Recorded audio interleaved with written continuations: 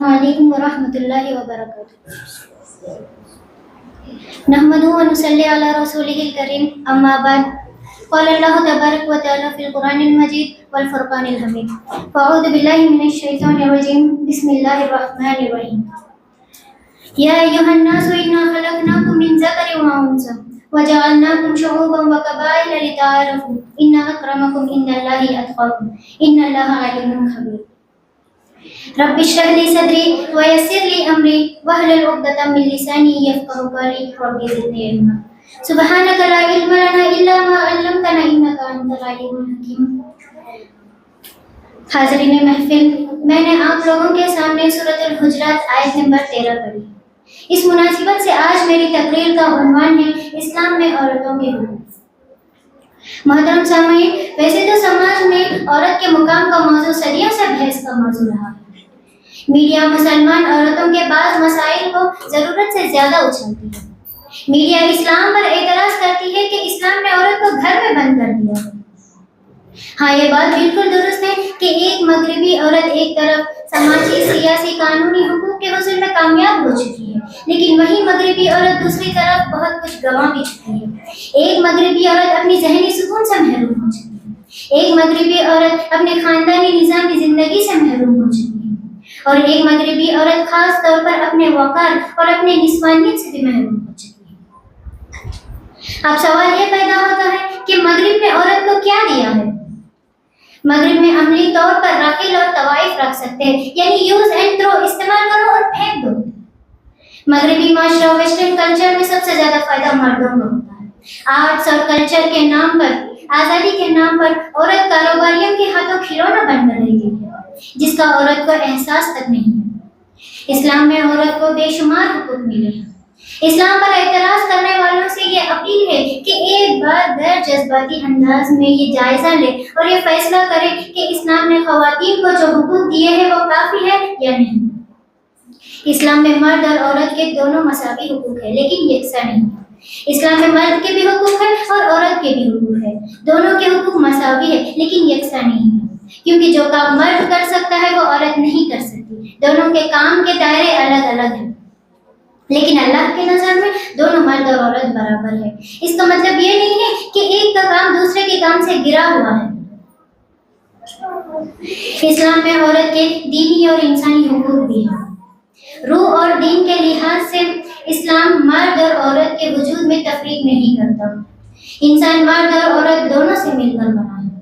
اللہ تعالیٰ سورہ نحل آیت نمبر 97 میں فرماتا ہے: من عمل صالحا من ذکر او انثی وهو مؤمن فلنحیینہ حیاۃ طیبۃ ولنجزینہم اجرہم باحسن ما کانوا یعملون. جو کوئی بھی شخص نیک عمل کرے، چاہے وہ مرد ہو یا عورت، لیکن با ایمان ہو، مومن ہو، تو ہم یقیناً اس کو نہایت بہترین زندگی عطا کریں گے اور ہم اس کے نیک اعمال کا بہترین بدلہ لیں گے. اسلام میں عورت کے معاشی حقوق بھی ہیں. جس طرح مال میں مرد کے حقوق ہیں، اس طرح عورت کے بھی حقوق ہیں.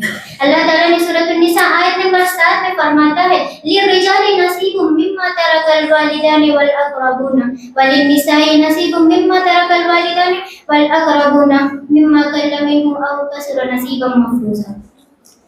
جو مال ماں باپ اور رشتہ دار چھوڑ کر مر جائے، چاہے وہ تھوڑا مال ہو یا زیادہ مال ہو، اس میں مرد کا بھی حصہ ہے اور عورت کا بھی حصہ ہے، اور یہ حصے اللہ کے مقرر کیے ہوئے ہیں. اسلام میں عورت کے سماجی حقوق بھی ہیں.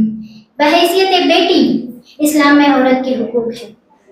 عن انس بن مالک رضی اللہ عنہ قال رسول اللہ صلی اللہ علیہ وسلم: جس شخص کے پاس دو بیٹیاں ہوں، رسول صلی اللہ علیہ وسلم نے فرمایا، جس شخص کے پاس دو بیٹیاں ہوں تو قیامت کے دن میں اور وہ اس طرح آئیں گے. اللہ تعالیٰ آپ صلی اللہ علیہ وسلم نے اپنے دونوں انگلیوں کو ملا دیا ہے. بحیثیت بیوی اسلام میں عورت کے حقوق ہیں. حضرت عائشہ رضی اللہ عنہا سے روایت ہے کہ رسول صلی اللہ علیہ وسلم نے فرمایا، تم میں سے سب سے بہترین شخص وہ ہے جو اپنے گھر والوں کے لیے بہتر ہو، اور میں تم سب سے اپنے گھر والوں کے لیے بہتر ہوں. بحیثیت ماں اسلام میں عورت کے حقوق ہے. بحیثیت ماں ایک عورت کا خیال رکھنا یہ اللہ کی عبادت کے بعد سب سے اہم کام ہے. حضرت معاویہ رضی اللہ عنہ سے جاہمہ رضی اللہ عنہ آپ صلی اللہ علیہ وسلم کی خدمت میں آئے اور کہا اے اللہ کے رسول میں آپ سے ایک مشورہ لینے آیا ہوں کہ میں نے غزوے میں جانے کا ارادہ کر لیا ہے۔ تو آپ صلی اللہ علیہ وسلم نے فرمایا کیا تیری ماں ہے؟ تو انہوں نے کہا ہاں۔ تو آپ صلی اللہ علیہ وسلم نے فرمایا تو جاؤ اس کی خدمت کرو فإن الجنة تحت أقدامها، کیونکہ اس کے قدموں تلے جنت ہے۔ بحیثیت بہن اسلام میں عورت کے حقوق ہیں۔ بحیثیت بہن ایک عورت کا خیال رکھنا وہ جنت میں لے جانے والا عمل ہے۔ رسول صلی اللہ علیہ وسلم نے فرمایا جس شخص کے پاس دو بہنیں ہوں اور وہ ان دونوں کے ساتھ ویسے ہی سلوک کرتا ہو جس کی وہ دونوں مستحق ہیں تو اللہ تعالیٰ ان دونوں کی وجہ سے اس شخص کو جنت میں داخل کرے گا۔ اسلام میں عورت کے تعلیمی حقوق بھی ہے۔